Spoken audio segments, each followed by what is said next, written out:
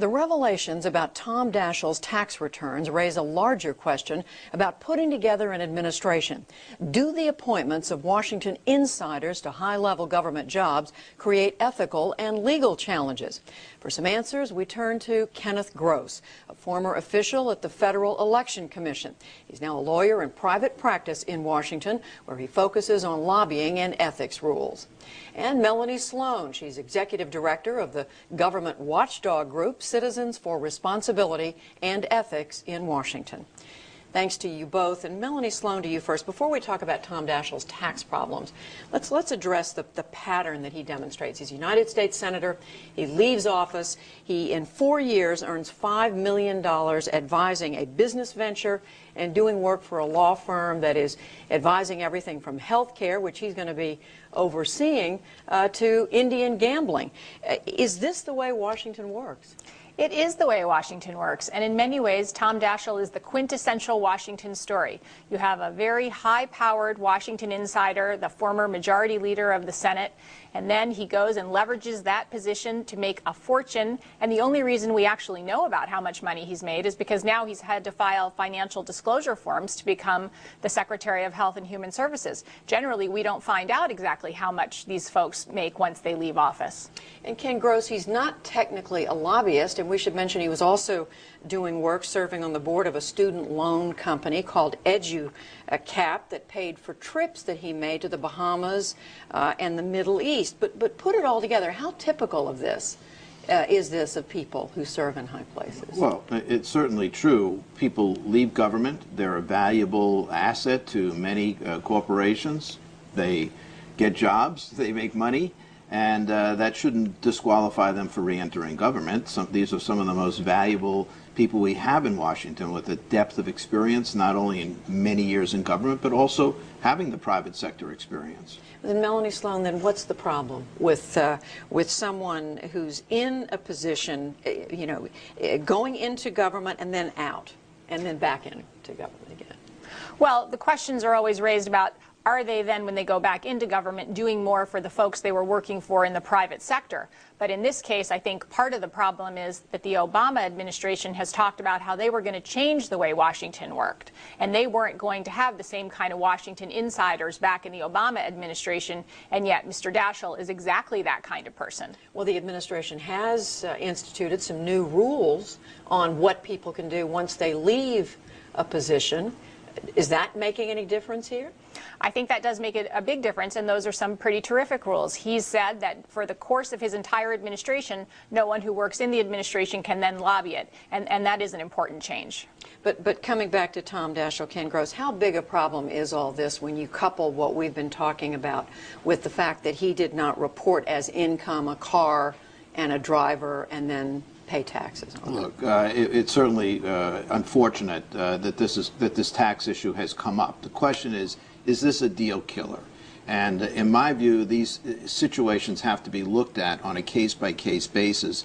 People serve in a private capacity. They have issues when they come into government, and these are some of the most valuable people. Is he the only person on earth could be the next HHS secretary? No, but he has inspired tremendous confidence in people in the administration. He has a tremendous skill set, and it seems to me that if he's cleared up these problems, that it should not be an impediment to serving in the government. And in fact, as I think we reported, the president says he's absolutely still behind Tom Daschle. Robert Gibbs, a White House spokesman, said yes, it's a serious mistake, but he's still the best person to run the Department of Health and Human Services. But to get to Melanie's point, how does this square with what Mr. Obama said during the campaign? Well, each situation is going to present issues, and you have to look at the various people who are coming forward. The executive order that President Obama signed last week or so on this very issue, I think really focuses not only on what people did before they came in the government, but what they do after they leave the government, assuming they don't spend the entire administration in the government. And there are some very stiff rules. People are leaving a lot on the table to come in and serve the government, which is fine. It's a great honor to serve the government, but they're also leaving a lot after they leave the government. Melanie Sloan, there are several other appointments out there that are raising eyebrows. One in particular is a man named William Lynn to be second in command at the Pentagon. He has been a lobbyist for Raytheon, which is a huge Defense Department contractor. Is this consistent with what President Obama has been talking about? No, I don't think William Lynn's appointment is at all consistent. Mr. Lynn, as we've said, a lobbyist for Raytheon, and he was announced just days after the executive order was announced saying that we wouldn't have lobbyists. It's impossible to believe that the only person qualified to be the Deputy Secretary of the Department of Defense is a defense contractor's lobbyist. And I really think they ought to have cast a wider net for that position. Is there something quantitative or qualitatively different about the Lynn appointment, Ken Gross? Well, he was a registered lobbyist, as opposed to, say, the Daschle situation where he was not a registered lobbyist. And under the Obama executive order, that requires an actual waiver, which was granted in the Lynn case. And, you know, part of the problem is that we shouldn't be demonizing lobbyists as if there's something fundamentally wrong with the fact that you lobbied government. This town really would not function very well without lobbyists. People don't really understand the role that lobbyists play in many instances in a very positive way. So you have to look at each candidate as they come along. If there were wholesale waivers being granted all over the place, I can understand it. But there are going to be exceptions in isolated cases, and these individuals have explained it to the Senate in the confirmation process, and the positives of this person's, of Mr. Lynn's background outweigh this fact that he happened to have registered as a lobbyist for a particular issue in the last couple of years. Melanie Sloan, do you agree that one needs to look at this instance of who lobbied and what they lobbied for on a case-by-case basis? Well, I agree that lobbyists shouldn't be all tarred as bad as a class, and I certainly agree with Mr. Gross on that. But what I do think is that the Obama administration shouldn't announce a policy one day and then within days be offering waivers day after day against that policy. It seems to me that if they can't live with the policy, then they should just change it. It's this kind of thing that makes Americans so skeptical of their government when politicians say one thing and then do another. So this waiver is not the answer. They should really change the policy. How realistic is it, Melanie Sloan, for President Obama or anybody else to change the way things are done, to change the way business is done in this city? Well, I think it's not realistic to expect that you're not going to have any Washington insiders become major cabinet officials and have top jobs in an administration.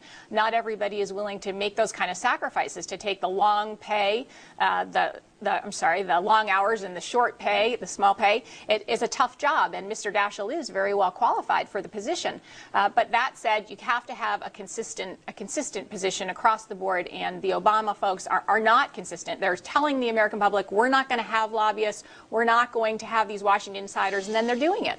Well, I disagree with that. First of all, the policy itself contemplated waivers in individual situations, and that's exactly what's going on. There aren't wholesale waivers being given out day after day after day. It's been in isolated cases where the value of a particular individual is looked at, and what he did in his position when he was lobbying the government. So, you know, I can't. I think this administration has signed an order, and it is going with the order, and it is a tough order, and it contemplated these situations where waivers would be granted. Quickly, do you think it's realistic for this president to change the way business is done in Washington? Yes. Business has changed in many ways. I think we have a regulatory environment now with the people who have been appointed to positions in government. Is it completely going to a sea change overnight? No, because people are coming in with prior government experience. All right, we're going to leave it there. Ken Gross, Melanie Sloan, thank you both.